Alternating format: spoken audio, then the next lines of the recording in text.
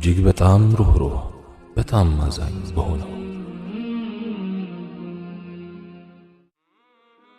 علي بن أبي طالب راح يخطب فاطمة قبل يخطبها وش اللي حصل؟ علي بن أبي طالب رضي الله عنه فاطمان لما جت هده كذب في تجن من نبر يتكسته ولت سوتش لهاجوات موكرو نبر نبي عليه الصلاة والسلام قار هدوم ملسوا أجوال ማንነታቸውን ስታውቁ በጣም ትገረማላችሁ። የመጀመሪያው አቡበክር ነበር። ነብዩ አለይሂ ሰላቱ ወሰላም ዘንድ ሄደና አንቱ የአላህ መልእክተኛ ሆይ ልጅዎን ፋጢማን ላጫት ፈልጋለሁ አላቸው። ነብዩም አለይሂ ሰላቱ ወሰላም አቡበክር የቅርብ ጓደኛቸው ወዳጃቸው በመሆናቸው እምቢ ለማለት ቢያፍሩም ነገር ግን አንተ አቡበክር ሆይ ፋጢማ ገና ልጅ ናት ብለው መለሱት። የእድሜ ልዩነቱ ሰፊ መሆኑ ክልክል ባይሆንም ነገር ግን አንዳንዴ የእድሜ ልዩነቱን፣ የባህል ልዩነቱን፣ የአስተዳደግ ልዩነቱን ግምት ውስጥ ማስገባት ተገቢ ነው ብዬ የራሴን አስተያየት ማቅረብ ወዳለሁ። ምክንያቱም በአሁኑ ጊዜ አብዛኛው የፍቺ መንስኤዎች ባሉት ልዩነቶች ሳቢያ አለመግባባት በመፈጠሩ ምክንያት ነው። ስለዚህ ነብዩ አለይሂ ሰላቱ ወሰላም ለአቡበክር ፋጢማ ላንተ በእድሜ ታንስብሃለች ብለው መለሱት። ከዚያም ከተወሰኑ ወራት በኋላ ዑመር ረዲየላሁ ዐንሁ ሊያጫት ቀረበ። ለምን ይመስላችኋል ፋጢማን ሊያጫት የፈለጉት? የነብዩን አለይሂ ሰላቱ ወሰላም ዝምድናን ፈልገው ነው። ይበልጥ ወደ ነብዩ አለይሂ ሰላቱ ወሰላም መቅረብ ይፈልጋሉ። فقال عمر يا رسول الله إني أخطب منك فاطمة قال إنها صغيرة يا عمر نعتذر. ከዚያም ዑመር ረዲየላሁ ዐንሁ ነብዩ አለይሂ ሰላቱ ወሰላም ዘንድ ሄደና አንቱ የአላህ መልእክተኛ ሆይ ልጅዎን ፋጢማን ላጫት ፈልጋለሁ አላቸው። እሳቸውም ለአቡበክር እንደመለሱለት ለሱም ገና ትንሽ ናት ብለው መለሱት። ከዚያም አንድ ቀን አንዲት ሴት ዓሊ ብን አቢ ጣልብ ረዲየላሁ ዐንሁ ብቻውን ቁጭ ብሎ አየችው። ዓሊ በዛን ሰዓት በጣም ድሃ ነበር። አባቱ ከቁረይሽ ከበርቴዎችና ታዋቂ ቢሆንም እሱ ግን ድህነት ውስጥ ተዘፍቆ ነበር። ከዚያም ይህች ሴት ጠጋ አለችና ለምን ፋጢማን አታጫትም አለችው። እሱም ማጨቱንስ እሺ፣ ነገር ግን የነቢዩን ልጅ በጣም ከባድ ነው። ከዚያም ግድ የለህም ፋጢማን ለማጨት ቅርብ፣ ነቢዩም አለይሂ ሰላቱ ወሰላም እምቢ አይሉህም አለችው። ከዚያም እረ ምንም ነገር የሌለኝ ሰው ነኝ አላት። ከዚያም ደግማ ግድ የለህም ነቢዩ አለይሂ ሰላቱ ወሰላም ዘንድ ሂድና ፋጢማን ለማጨት ጠይቃቸው፣ እሳቸውም አይከለክሉህም አለችው። ከዚያም የሚሆን ይመስልሻል አላት። አዎ ይህ ነው የሚታየኝ አለችው። ከዚያም ዓሊ ጥሩ ልብስ ለብሼ ወደ ነቢዩ አለይሂ ሰላቱ ወሰላም ዘንድ ሄድኩኝ ይላል። ፊት ለፊትም ሳያቸው ወሬ ሁላ ጠፋብኝ አለ። ከዚያም ቁጭ አልኩኝ። يقول فجلست يقول قال الرسول ما الذي أتى بك يا علي؟ ከዚያም ነቢዩ አለይሂ ሰላቱ ወሰላም ምን አመጣህ አንተ ዓሊ ሆይ ብለው ጠየቁት። አይ ምንም እርሶን ለማየት ነው የመጣሁት አልኳቸው አለ። ከዚያም አንተ ዓሊ ሆይ ፋጢማን ለማጨት ነው የመጣኸው አይደል አሉ። አዎ አንቱ የአላህ መልእክተኛ አልኳቸው። ከዚያም ምን ልትሰጣት የምትችለው ነገር አለ አሉኝ አለ። ከዚያም ምንም የለኝም አልኳቸው። አንተ ዓሊ ሆይ ለውጊያ የምትጠቀምበት መከላከያ ጋሻ እንዳለ አውቃለሁ። አንቱ የአላህ መልእክተኛ ሆይ እሱ ብዙም አያወጣም 400 ዲርሃም ብቻ ነው አልኳቸው። እሱን ጋሻ አምጣ የፋጢማ ጥሎሽ ነው አሉኝ አለ። ይህ መልእክት ልብ ላለው ይድረስ። ጥሎሽ ሲባል ግዴታ ወጪ የበዛበት መሆን የለበትም። ስንቶቹ ማህር ለመክፈል ሲሉ ወደ ብድር ዓለም የሚገቡ አሉ። ከዚያም ያንን ወጪ ለመሸፈን ብዙ ዓመታት ይፈጅባቸዋል። ብዙዎቹም በዚህ ምክንያት ያገቡበትን ቀን ይረግማሉ። ወዳጆቼ ወጪው ያነሰ በረካው ይበዛል። ስለዚህ ለትዳር ፈላጊው በማህር ብዛት ምክንያት እንዲሸሽ ማድረግ የለብንም። ማህር ምንም አይከፈል ማለት አይደለም። ማህር እንዲያውም ሱና ነው፣ ከጋብቻ እርከኖችም አንዱ ነው። ነገር ግን ማግራራት አለብን። በሐዲሱም ምንድነው የተባለው? ብዙ ሀብት ያለው ሰው ከመጣላችሁ ዳሩት ነው የሚለው አይደለም። ዲኑንና ስነ ምግባሩን የምትወዱለትን ሰው ከመጣ ልጃችሁን ዳሩት ነው እንጂ የሚለው። እሺ ይህን ካላደረግንስ ተብለው ነቢዩ ዓለይሂ ሰላቱ ወሰላም ሲጠየቁ ይህን ካላደረጋችሁማ በምድር ላይ ትልቅ ፈተናና ብልሽውነት ይስፋፋል። ፈሳድ ዓሪድ المصائب اليوم المعاكسات ዛሬ በወንዶችና በሴቶች መካከል ያለው መለካከፍ፣ እኽቲላጥ፣ ዝሙትና የመሳሰሉት ምክንያቱ ምንድነው? ወንዱ ልጅ ራሱን መሰተር ይፈልጋል፣ ሴቷም እንዲሁ። ግን የመህሩ ብዛት ብዙ ጥንዶች ገና ሳይጣመሩ ይለያያሉ። አባቶችን መምከር እፈልጋለሁ። ይህን ታሪክ ከሰማሁት ቆይቻለሁ። ትክክለኛነቱንም ማረጋገጥ አልችልም። ቢሆንም ግን ትምህርት አዘል ስለሆነ ልተርከው። አንድ አባት ነበር።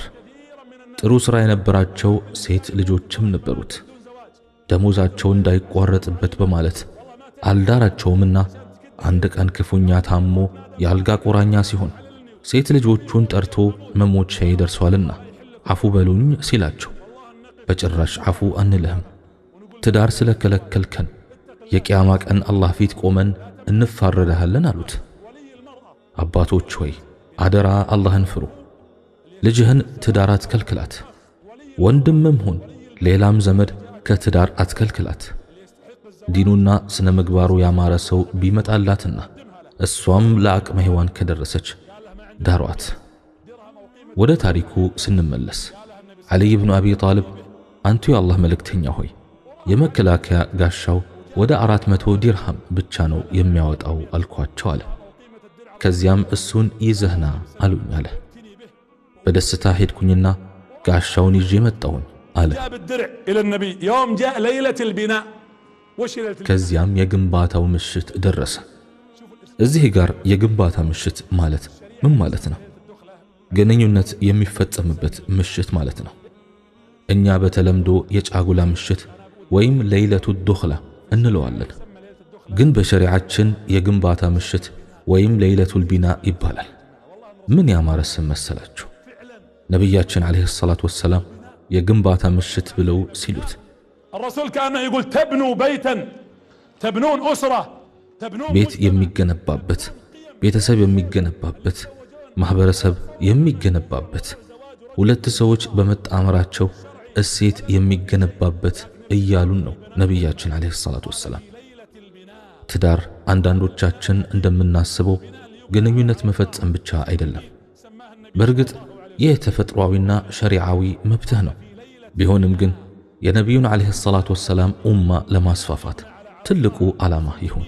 سماه النبي صلى الله عليه وسلم دخل الرسول ليلة الدخلة وفاطمة مستحية ነቢዩ ዓለይሂ ሰላቱ ወሰላም በግንባታው ምሽት ፋጢማ ጋር ሲገቡ ፋጢማ በህፍረት አቀርቅራ ነበር። አሁን ሴቶቻችን እንኳንስ በሰርጋቸው ምሽት ይቅርና ወደ ገበያ ሲወጡም አያፍሩም። አይኖቻቸውም በየቦታው ያወራጫሉ። በአላህ ይሁንብኝ አንዳንድ ወንዶች ሴቶቹ በሚያደርጉት ነገር ሁላ ያፍራሉ። ይህ ሙሲባ ነው። ሁሉም ማለቴ ደግሞ አይደለም። ፋጢማ ረዲየላሁ ዐንሃ በሰርጓ ቀን ከባሏና ከአባቷ ጋር ሆና ከሀፍረት ብዛት አቀርቅራ ሳለች ላቧ ከግንባሯ ዱብ ዱብ ይል ነበር አለ ዓሊይ ብኑ አቢ ጣልብ ረዲየላሁ ዐንሁ። ልጃገረድ ነችና የነቢዩ ዓለይሂ ሰላቱ ወሰላም ልጅ። ከዚያም ነቢዩ ዓለይሂ ሰላቱ ወሰላም እስክመለስ ድረስ ምንም ነገር አታድርጉ ብለዋቸው ወጡ። ውዱእ አደረጉና ውዱእ ያደረጉበትን ውሃ ይዘውት መጡ። ከዚያም እፊቷ ላይ ትንሽ አርከፈከፉ። በዓሊይም ፊት ላይ ትንሽ ውሃ አርከፈከፉ። ከዚያም አንተ ዓሊይ ሆይ ተነስና እጅህ ግንባሯ ላይ አድርገህ ይህን ዱዓ በል አሉት። አላህ ሆይ መልካሟንና የፈጠርክባት ደግ ነገር ሁሉ እጠይቅሃለሁ፣ እንዲሁም ክፋቷንና ከፈጠርክባት እኩይ ነገር ሁሉ ባንተ እጠበቃለሁ። ከዚያም 2 ረክዓ ስገዱ። ተመልከቱት የእስልምና ውበት። ብዙዎቹ በሙዚቃና ጋጋታ ይገቡና ብዙም ሳይቆዩ ካለምንም ፋይዳ ይፋታሉ። በ2 ረክዓ የሚጀመር ሕይወትና በሌላ ነገር የሚጀመር ሕይወት መካከል ያለው በጣም ከፍተኛ ልዩነት ነው። አንዳንዶቹ አላህ ሱብሓነሁ ወተዓላ ይጠብቀንና በመጠጥና በዊስኪ እንዲሁም በተለያዩ ሐራም ተግባራት የሚጀምሩ አሉ። መጨረሻቸው ምን ሊሆን እንደሚችል መገመት አያቅትም። ከቀጠሉም ምን አይነት ቤተሰብ እንደሚመሰርቱ ግልጽ ነው። ስለዚህ ነቢያዊው ሱና መከተሉ ይበጃል። እሱንም እጅ ግንባር ላይ አድርጎ ዱዓ በማድረግና 2 ረክዓ መስገድ። ትዕዛዝን በማክበር የሚመሰረት ትዳር ጠንካራ ነው የሚሆነው። አላህም ሱብሓነሁ ወተዓላ ምን ይላል? አፈመን አሰሰ ቡንያነሁ ዐላ ተቅዋ አላህን በመፍራትና ውዴታውን በመፈለግ ላይ ግንቡን የመሰረተው ሰው ይበልጣልን?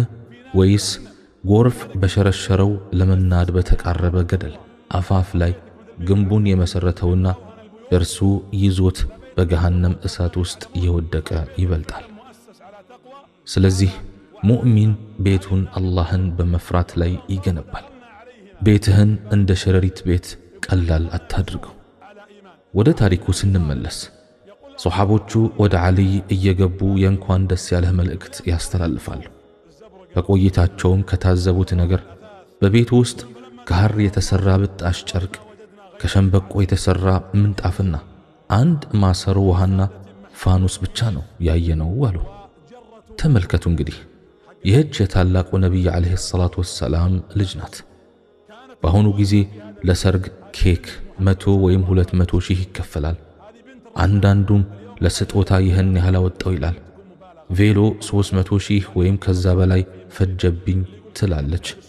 ይህ ሁሉ ወጪ ወጥቶ ታዳሚውን በልቶ ጨርሶ ሲወጣ የስድብ መዓት የሚያወርድ አለ። በእኛ ሀገር ምን ይባላል? ተበልቶ የሚወቀስ ይባላል። ምግብህን ይበላል፣ በሰርግህ ይጨፍራል፣ ከዚያም ሲወጣ እንከን ማውጣት ይጀምራል። ደግሞ ይህ ሰርግ ነው? ሙሽሪቷ ምን ትመስል እንደነበር አላየሽም? ሚዜዎቹ አይጣጣሙ፣ የባልየው አፍንጫ እንዲህ ነው እያሉ ይመቀኙባቸውና ከዚያም በነጋታው ወይም ከምሽቱ ተጣማሪዎቹ ጥልና ንትርክ ይጀምራሉ። ልብ ያለው ሰው ሱናን የሚከተል ሰው ነው። ለእዩልኝ ማጋነን ተቀባይነት የለውም። ለሰርግህ ደግስ ችግር የለውም። ታዳሚያንን አብላ ችግር የለውም። ለሰርግህ አዳራሽ ካስፈለገም ተከራይ ችግር የለውም። የደስታ ትዕይንቶችን ተጠቀም ችግር የለውም። ነገር ግን ይህ ሁሉ ሲሆን ተመጣጣኝ በሆነ መልኩ መሆን አለበት እንጂ ልኩን አትለፍ። አላህን በማያስቆጣ መልኩ መሆን አለበት። ይህን ካደረክ የነቢዩን ዓለይሂ ሰላቱ ወሰላም ሱናን ተከተልክ ይባላል።